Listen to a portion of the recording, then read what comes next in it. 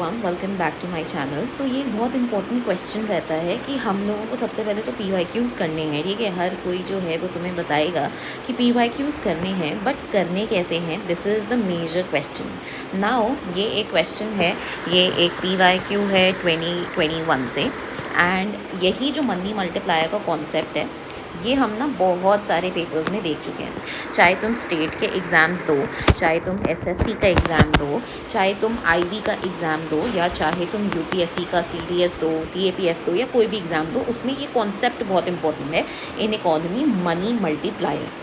अब तुमने अगर ये क्वेश्चन सॉल्व करा, ठीक है, मैं तुम्हें अप्रोच बताती हूँ। तुमने ये क्वेश्चन सॉल्व करा, तुमने 4 ऑप्शंस हैं तुम्हारे पास, तुमने पढ़े कि मनी मल्टीप्लायर। सबसे पहले हमें समझना है कि क्या है मनी मल्टीप्लायर। है कि इसका ना एक फॉर्मूला होता है इक्वल्स टू 1/CRR, जिसको हम कहते हैं कैश रिजर्व रेशो।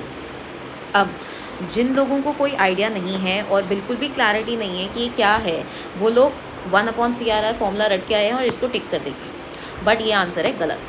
ठीक है, अब मैं बताती हूँ कि है क्या है मनी मल्टीप्लायर। सबसे पहले मैं क्लियर करती हूँ कि मनी मल्टीप्लायर होता क्या है। मनी मल्टीप्लायर इज़ बेसिकली कि जितना आप खर्च कर रहे हो वो मल्टीप्लाई होता है, मल्टीप्लाई। ठीक है, अब 1/CRR cash reserve ratio. Cash reserve ratio क्या है, ये हम लोगों के नॉर्म्स हैं, CRR और SLR स्टैट्यूटरी लिक्विडिटी रेशो।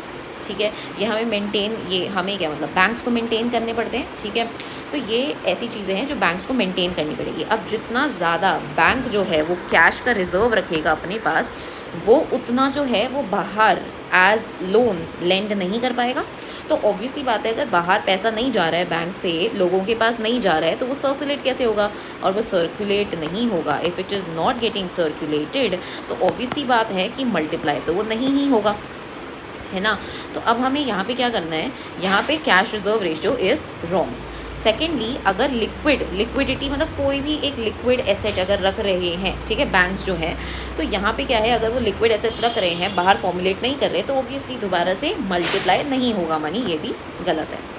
तीसरी, और ठीक है, अब इसमें 2 ऑप्शंस बचे हमारे पास, C एंड D, 50-50 का हमारे पास ऑप्शन है। अब 50-50 में क्या है, increase in the population of the country और increase in the banking habit of the people. देखो यहाँ पे ना लोगों को कन्फ्यूजन हो सकती है, क्योंकि मैं बताती हूँ, जब मैंने शायद अपना अटैम्प्ट दिया था तो मुझे कन्फ्यूजन थी इस चीज़ में, जब मैं PYQs कर रही थी, क्योंकि पॉपुलेशन में ना क्या है, पॉपुलेशन तो आपकी इंक्रीज़ हो जाएगी, मतलब बच्चे नए पैदा हो गए तो बच्चे थोड़ी बैंक चले जाएंगे जिससे इंक्रीज़ हो जाएगा।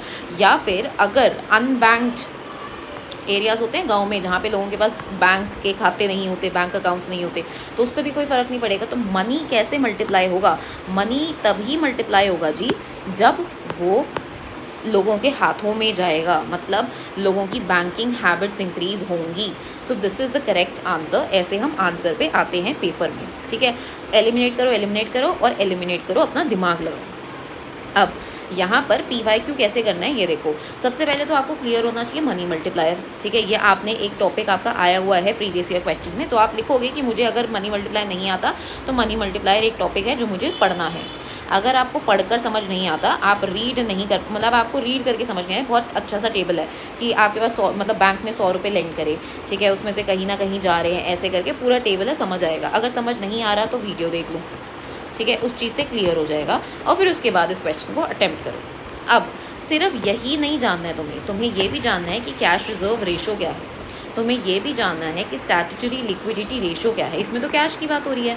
ठीक है, इस साल भी 2025 में भी एक क्वेश्चन आया है, देखना ज़रा इकोनॉमी का। अब लिक्विडिटी में लिक्विड तो है, तो क्या लिक्विड सिर्फ आपका कैश ही है, या इसमें गोल्ड भी आता है, या कुछ और भी आता है क्या, तो ये सारी चीज़ें आपको पता होनी चाहिए। SLR क्या है, फिर उसके बाद पॉपुलेशन पे भी है।